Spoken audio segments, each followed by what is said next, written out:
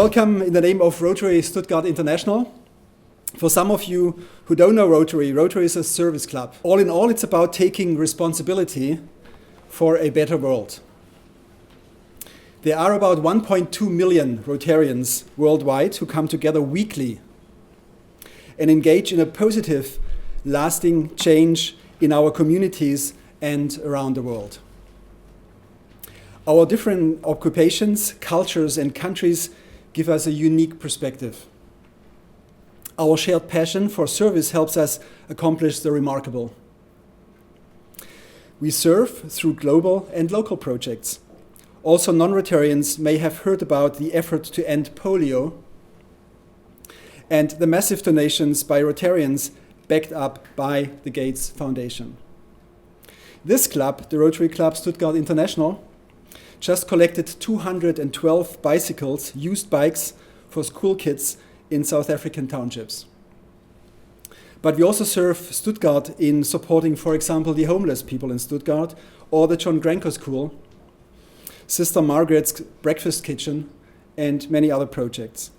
In essence, Rotary and Rotarians accept responsibility for improving the world in small and impressively big projects. My name is Klaus Schuler. I'm happy to serve our club Stuttgart International as the president for the year 2015 and 16. Today we meet at the starting point of a series of impulses for leaders. We address the series specifically to leaders in the area of Stuttgart. All of you in this room have exciting jobs and opportunities. But it's important to understand that leadership is more than a role or a job. It is an attitude. Everyone who sees an issue, a problem, and takes action to improve it is a leader by attitude. In the Impulse series of the Rotary Club Stuttgart International, you will see that business leaders have a significant impact on our living conditions. But also that it is basically three levels together: the government, the enterprises, and each of us as individuals who have big influence. Only those three levels together, some call it macro, meso, micro, so macro as kind of the government, meso level as the companies, and the micro level, the individuals. Only these three levels together in collaboration can develop the power to create a world in which we all want to live in. So what is this evening then about?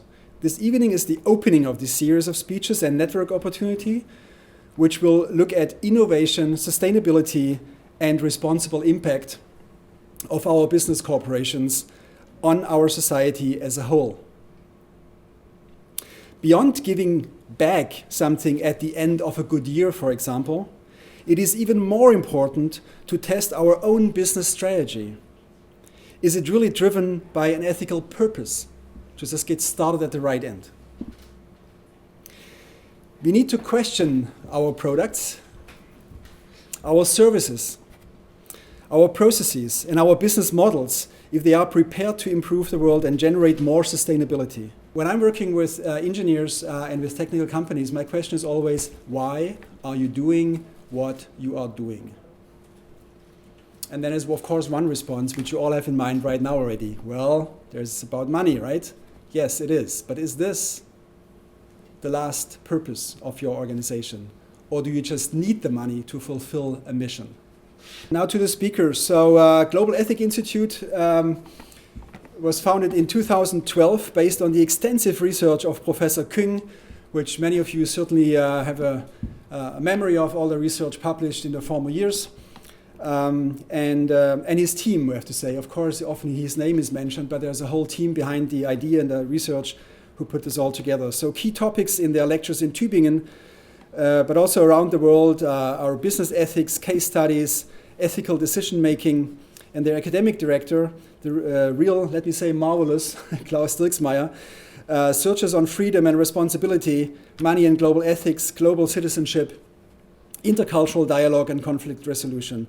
We have the pleasure tonight to have the managing director, Dr. Bernd Villauer, with us tonight, who will tell us about the roots of the Global Ethic Institute, as well as about what kind of insights we can expect from the Institute in the near future of the current research and all the work you are doing in there and with your team now. And then we have the Humanistic Management Center as an independent think and action tank that provides, through leadership, learning offers and knowledge application services. Dr. Ernst von Kimakowitz is managing director, and he will share his points of view on how to make business more in line with society.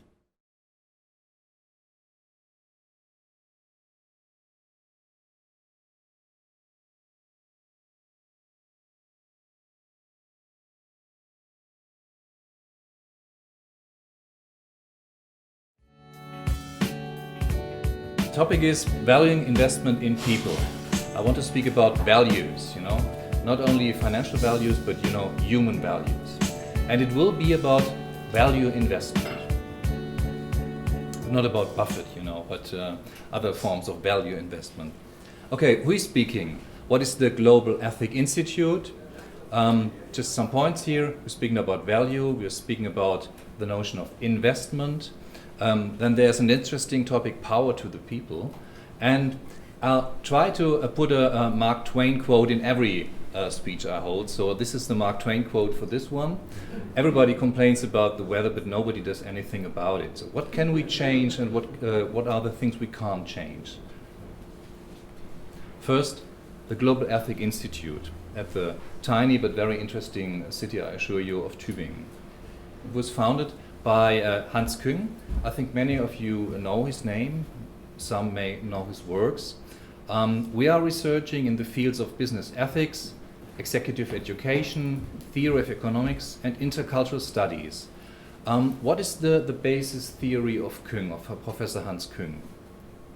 He was trying to find a kind of overlapping consensus in the different religions, where he was asking himself, how can religions be a part of a peace process, and not being part of a confrontation and war process? He found out that there is an overlapping moral consensus. There are values and beliefs which can be found in every religion and every religious belief. So he put it together in the principle of humanity. Treat people not like animals or things, but like human beings. Reciprocity, the so-called golden rule. In Deutschland, also was du nicht willst, dass man dir tut, das füge auch keinem anderen zu. Do unto others as you would have them to unto you. And 4 important values connected with these 2 principles. That's truthfulness, justice, partnership between men and women, and peacefulness. It's not that Küng tried to say you should act like this. He's not the the preaching kind of guy. He's more an analytic mind, and he was trying to show that these things are to be found in every religion. If you go to the roots of the religion, you can find these principles, and that makes us, let's say, optimistic that based on these principles we can find connections between the religions. And the institute was founded to bring these thinking into economic problems. So if religions can contribute to the peace process, why not companies? Why not firms? And what are the values that are important for companies? So it's now about values. What are values? Values have a connection to prognosis. Based on certain core values, we can develop a better understanding of the future, of what lies ahead. A second area is values in behavior. How do values change the way we act with other people? These core values I mentioned, they lead to new forms of ethical awareness, new kind of behavior towards others. And the impact. I think speaking at Rotary, speaking about the impact is essential, because you want to have impact, you want to change something. So we think at the Global Ethic Institute that these values are to be found in the heart of every sustainable model for economy and society. So if you want to have an impact, you should speak about values. You cannot just, find a road around the values. You have to face them. Okay, what is value? Let me start with a very basic, let's say, economic definition. Actual value of a company includes the aspects of business in terms of both tangible, intangible factors. And this value is not the current market value in many situations. Well, mentioning Warren Buffett again, he made his fortune by understanding that there is a real value and a market value, and to use, this difference. But what are these tangible and intangible factors of tomorrow? What will we be valuing in the coming years? So investment is about the future. It's about knowing what path there will be, what values will be important in the coming years. And these are questions we ask ourselves in the Institute. Obviously, there are areas in which the new aspects of value investment become more and more important. That's first technology. You all know, especially in Stuttgart, especially in Baden-Württemberg, in the technology-driven industries here, this is very important, and you have to invent yourself every day anew. Second, interculturally. Third, human resources problems. And sustainability, we mentioned that. So these are all aspects we are doing research on, and we are holding lectures on, because we think that these areas will be decisive for the future of business and value-driven business, for example. So sustainability, I mentioned, is meant in 3 dimensions. It's ecological, social, and financial. Very often we found that people are speaking about ecological sustainability only, and they found it kind of dirty if you speak that if you say that a model of ecological sustainability should be financial stable as well. Oh no, don't speak about that, please. But we have to speak about that, because we can't find business models and business cases which contribute to ecological perfect situations if we don't think about the real business model, the real financial structure of the whole thing. What is investment? Purchase of goods that are not consumed today but are used in the future to create wealth. So it's about the future. If you're speaking about values, if you think about values, you're not speaking about what I'm doing right here, what I'm doing right now, but what I want to do in the future. How will I shape my own future with these values? And that is an important thing for the Global Ethic Institute. We are not the kind of preaching to the bad guys. You have to do this, or don't do this again. We are saying, what kind of ethical innovation can foster you, can bring you to the future? I think ethical innovation is much more important than just to forbid things. It's very easy to say, well, don't smoke. I mean, especially in my case, it's a strange thing to do, but you can you can say these are the wrong things and these are the good things. Please take this path. But it's much more important, especially for companies, to say, what kind of development do you wish? And is there an ethical aspect in this development, in the innovation process you're in? So we're speaking very often about ethical innovations. And you can't speak about innovation without speaking about investment problems. Because what is the possible outcome of your investment? Is there an outcome for people, planet, and profit as well? The real investment strategies, I would say, are not different roads, leading to different places, but they're interconnected path in one field. So all these values come together in a kind of a basis of values. And to see this basis helps you to create an innovative ethical model for your company. The second is a real value investment is connected with value investment in technologies and people. With smart people, without smart people, there's no smart solution. You all know in your companies that you have to help people to develop. They have to learn about the new technologies. So HR, as we say, is one of the key issues, which is also value investment. And last, value investment in profits is connected with value investment in the planet. I mentioned it, ecological sustainability is the basis of the real business cycle. Power to the people. You're asking yourself, what is that to be? So power to the people is about the HR question.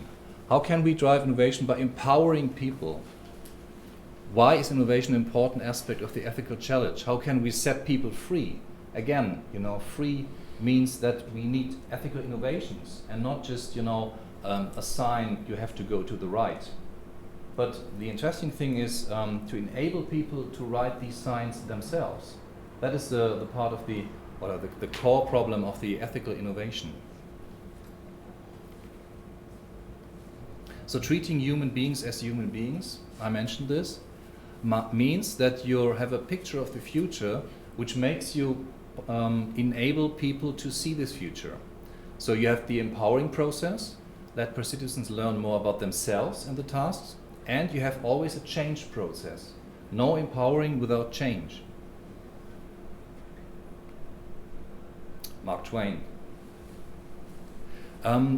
This whole concept is not to be set up without a deep notion of liberties and freedom. So again, you can think about ethics like a limitation of liberties, a limitation of freedom. Yeah, I want to do this and I want to feel free, but you're not allowed to. And you can think, this is the other model, about ethics as a kind of freeing people and to see new possibilities and to see how, it makes fun to be on the right path to sustainable solutions, for example. And to understand that better, we need to know what is changeable and what is not changeable. Well, the weather, of course, it's not, or the traffic situation around Stuttgart, I don't know whether this is changeable. It is changeable. It is, okay, good. I'm glad to hear that. I'm very glad. And these are some issues we are doing research on. Technological innovations, of course, financial innovations, fintech, the Generation Y problem, empowering people, and at the same time, we are looking into the ecological limits. The cultural difference is very, very important for the concept of Hans Küng, the connection, the discussion, the dialogue, as it was mentioned, between the cultures and the nature of man. What can we do to model these things? We think that mental models, that new ways of understanding, new philosophies are very important. So we think about the philosophy behind the economy. That is one of the key issues of the Global Ethic Institute. Behind every economy there is a philosophy, a way of thinking, a way of feeling. And to understand that in a deeper way is very important. And we look at case studies. We look how did people think in the right way? Because reality proves possibility. If something worked in one place, it can work in another place. We can find a possibility, as we would say, to skalieren, to scale. And there are some things you can't change. And we think that freedom and the notion of liberty, the importance of liberty, is something you can't put out of the people, If you're a human being, you have a feeling for freedom and for your liberties. And every ethical model has to be based on these liberties. So the new freedom, or the new kind of freedom we are discovering in the Global Ethic Institute, is a qualitative freedom. Not doing more, but doing the better things, and maybe other things. And this is my sign that I'll give the speech to Mr. Herzke-Wachowicz. Thank you very, very much.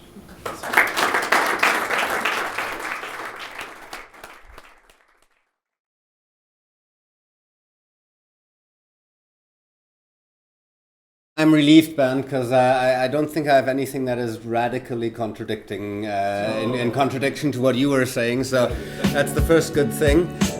Secondly, when Klaus asked me, thank you so much for the invitation. It's a great pleasure to be here.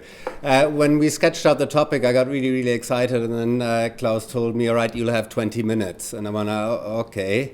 So either I can talk really, really, really fast, which maybe is not so good, or I had to cut down to just, as Klaus said, put a teaser up on the slides, and that's what I'll be doing. And what I wanted to look at is a bit on, driving innovation through values. What kind of innovation, and where do we need innovation? And so that we'll be doing that for the next 20 minutes. Let me switch on the timer, because that'll increase the chances that I'll only run over a little.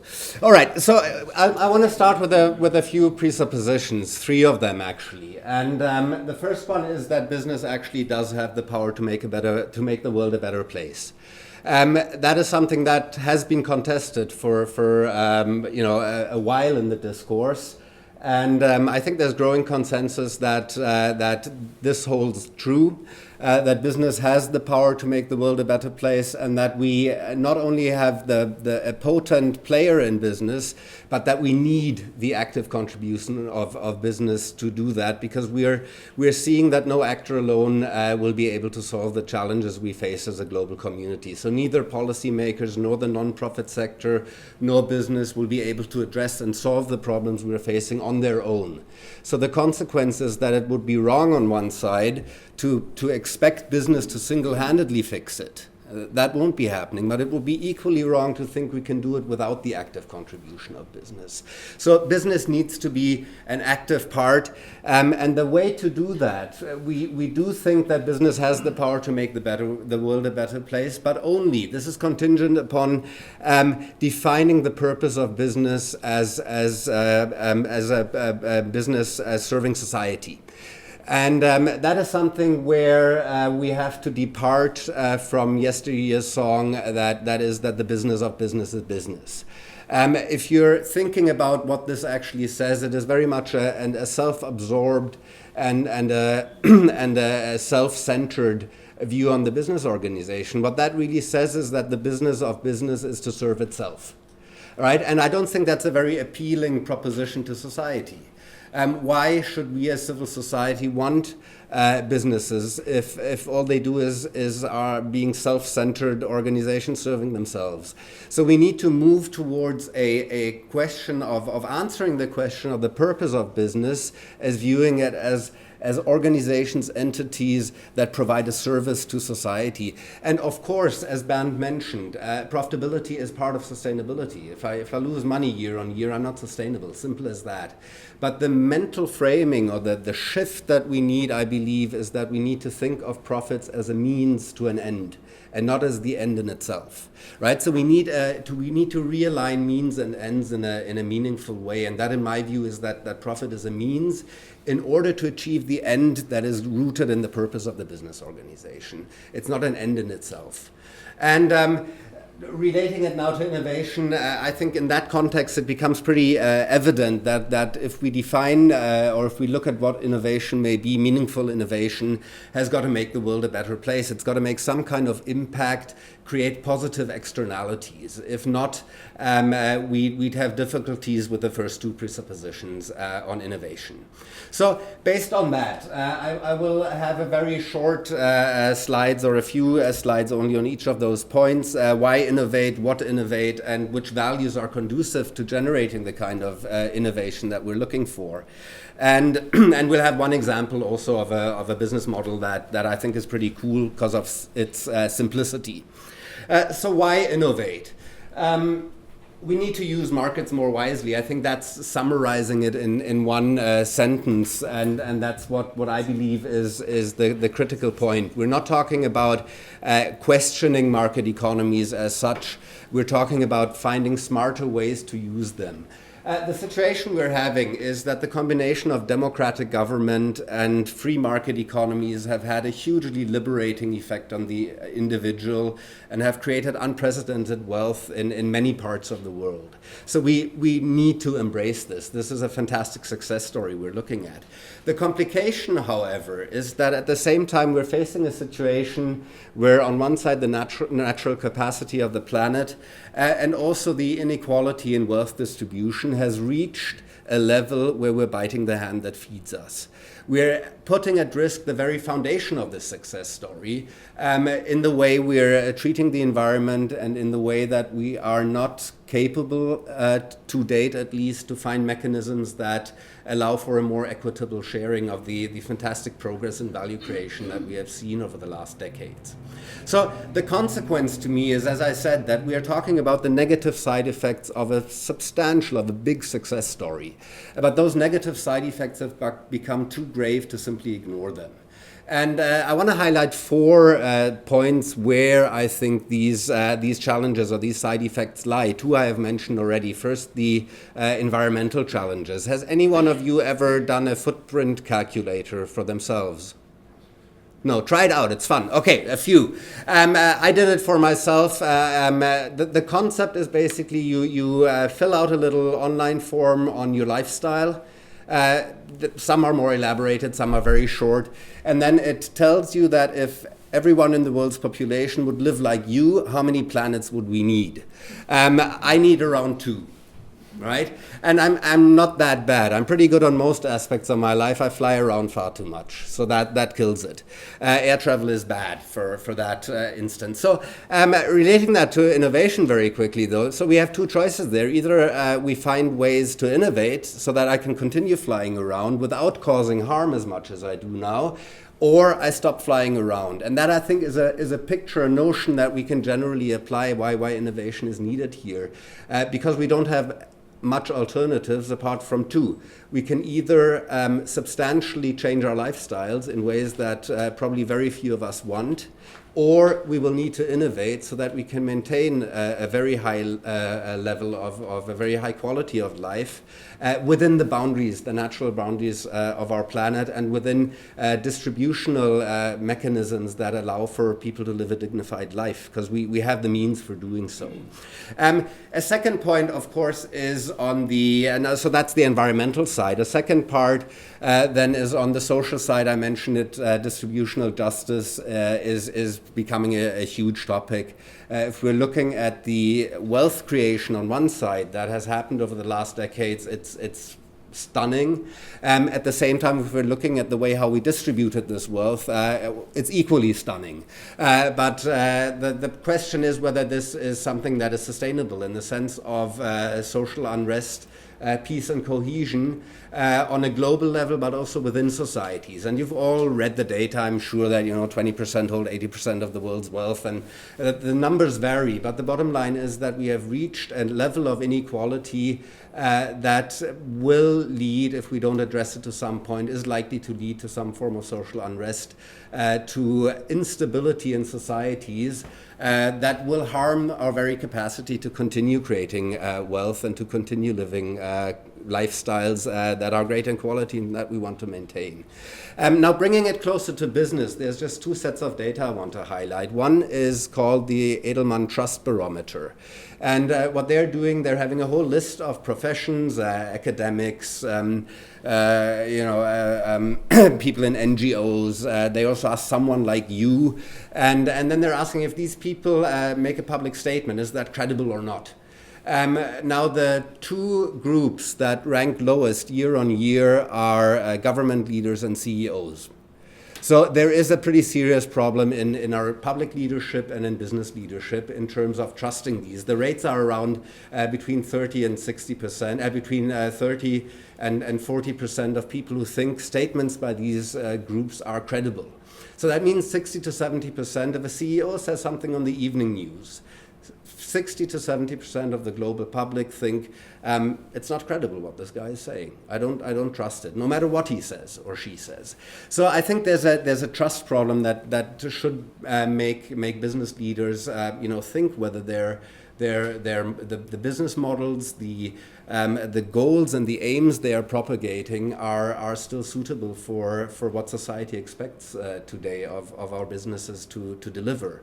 And the second point I want to highlight that's very close to business is the problem of employee engagement. So there's Gallup is the research organization, and they do an annual study looking at employee engagement in 3 categories. First, the engaged, then the not engaged, and the actively disengaged. And we don't need to get into the criteria who's who, but the data again is that around 70%, there's 30% only engaged, 50% are not engaged, and 20% are actively disengaged. So in the OECD countries, we lose the hearts and the engagement and the creativity and the willingness to walk the extra mile of around 70% of the workforce. that of course is very harmful for all aspects of business. It is harmful to innovating in a way that is productive and that makes our businesses more adaptable and more resilient. It is harmful for like client satisfaction. If I have a grumpy person on the phone when I call my business partners, you know, I'd rather have someone willing to help than someone willing to, do as little as necessary to keep the job. And it is also sad, I find, on a human side, because this means that there's a huge amount of people who are spending anything between 6 and 10 hours a day doing something they profoundly dislike. I wouldn't want to do that. So I think these are just some data points that tell us that there is reason for looking for new ways of thinking about business and for looking at how and why we should innovate. Those are, I think, the main headlines. We can and we should need to think about ways to use markets more wisely so that we maintain the great success story that we have created over the last decades, but at the same time we start mitigating more seriously the negative side effects that we don't want to see. What innovate? I've touched upon that already. I'm sure you all know these conceptions. So there's the B2B, the business to business markets where companies think they're in, and there's the B2C, the business to consumer parts. There's also B2G. So if you're selling your product services to government, you're in the B2G markets. And I would say that's all secondary, because one thing that all businesses share is that they're in the H to H market. And that ties very well into what you were saying, Bernd, on the foundations of the Global Ethic Institute.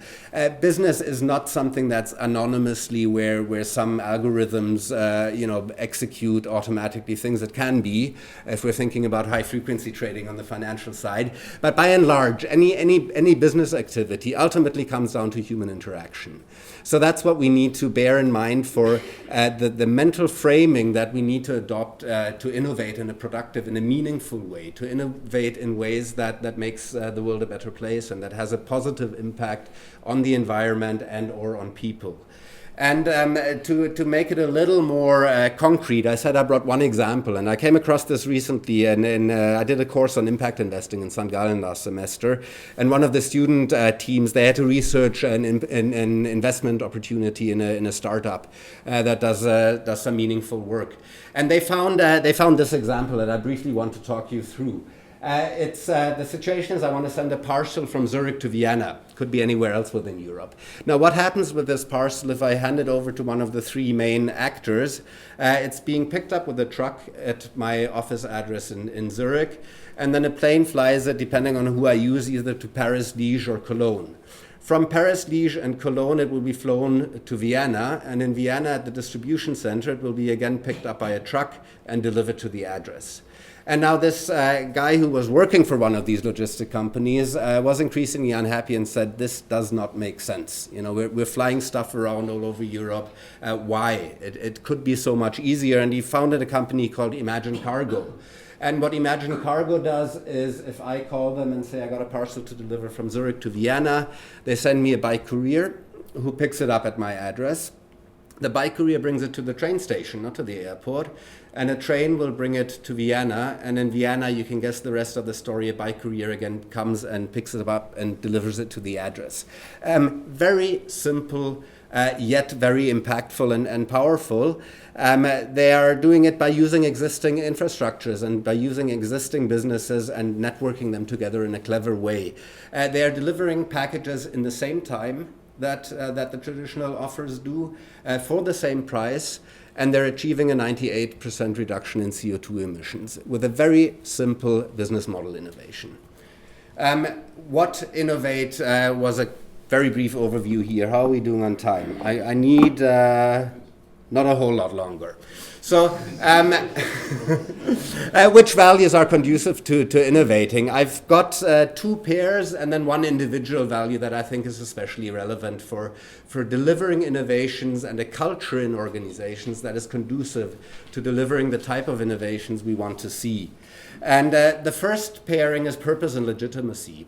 I think purpose is the core, and I find it scary sometimes how many people in leadership roles are having a hard time defining the purpose of their organization.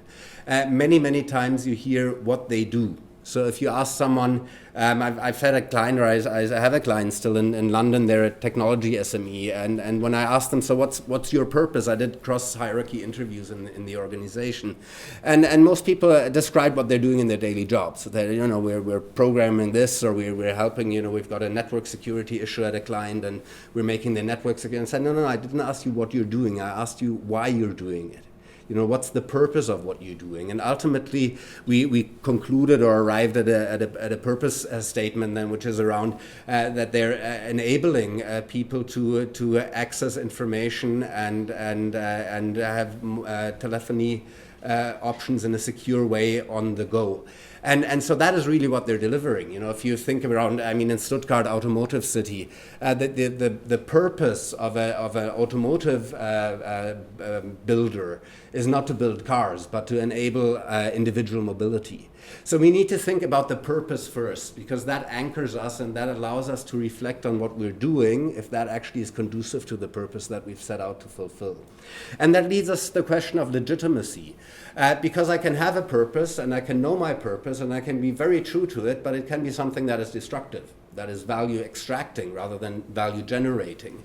So I need to pair my purpose with gaining legitimacy in society for that purpose. And that is done through stakeholder engagement, basically. So I have the opportunity to talk to civil society actors, to look at the way I want to fulfill my purpose and the way I define my purpose in the first place, and see whether this is seen by civil society as something worthy of doing.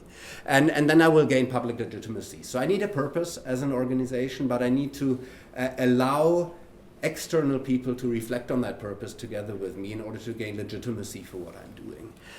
The second pairing is passion and integrity.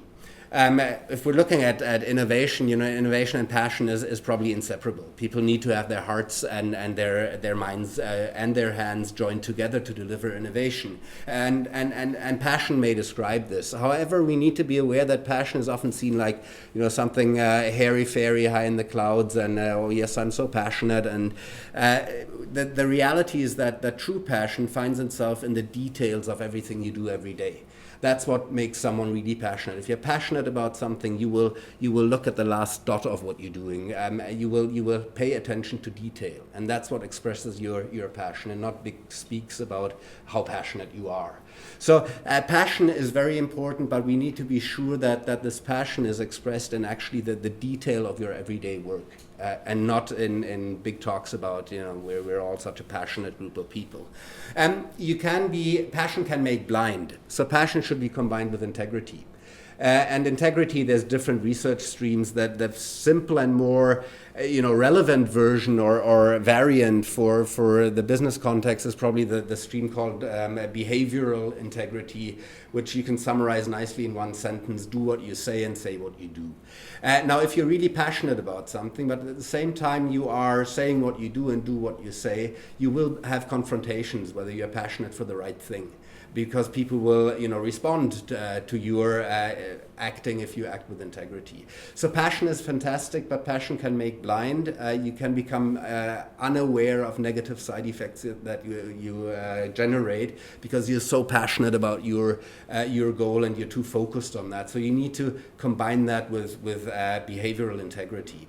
And the last value that I think is core stands alone. I don't think it needs a pairing, and that's why it's on itself there, which is empathy. And again, empathy, if you talk to people, the first thing they tell you, oh yeah, this soft, fluffy thing, and you have to be nice to everyone, and that's not meant here. That can be a result of empathy, but it's not what we mean in general with empathy. If you look at the core of what empathy is about, it is about understanding the needs and desires of others and being able to respond to that. And this, of course, is a core factor of successful business in general. It was Henry Ford who, by all means wasn't known as a softie, who said if there's one single factor for a successful business, it is to understand the need of the others as well as your own needs, and make sure that you find compromises that allow to combine both. So empathy is not about being a nice guy. Empathy is about the capacity to think about what others' needs are and to respond to those in a productive manner. And that obviously will enhance your business and it will allow you to innovate.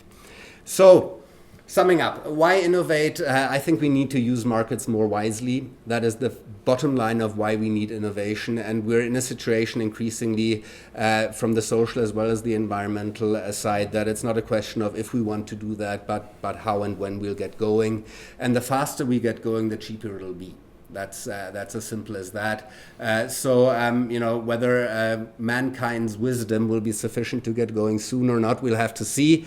But the bottom line is it's not a question if, it's a question when. And the price tag increases every day in social costs and financial costs and environmental costs. Secondly, what innovate? I think we need to approach it with the mindset that business success is measured along a triple bottom line and not a single bottom line, and that business essentially is human interaction. And sustaining business success in this context and the civil society pressures are just demonstrating that sustaining business success depends on a value proposition to society at large.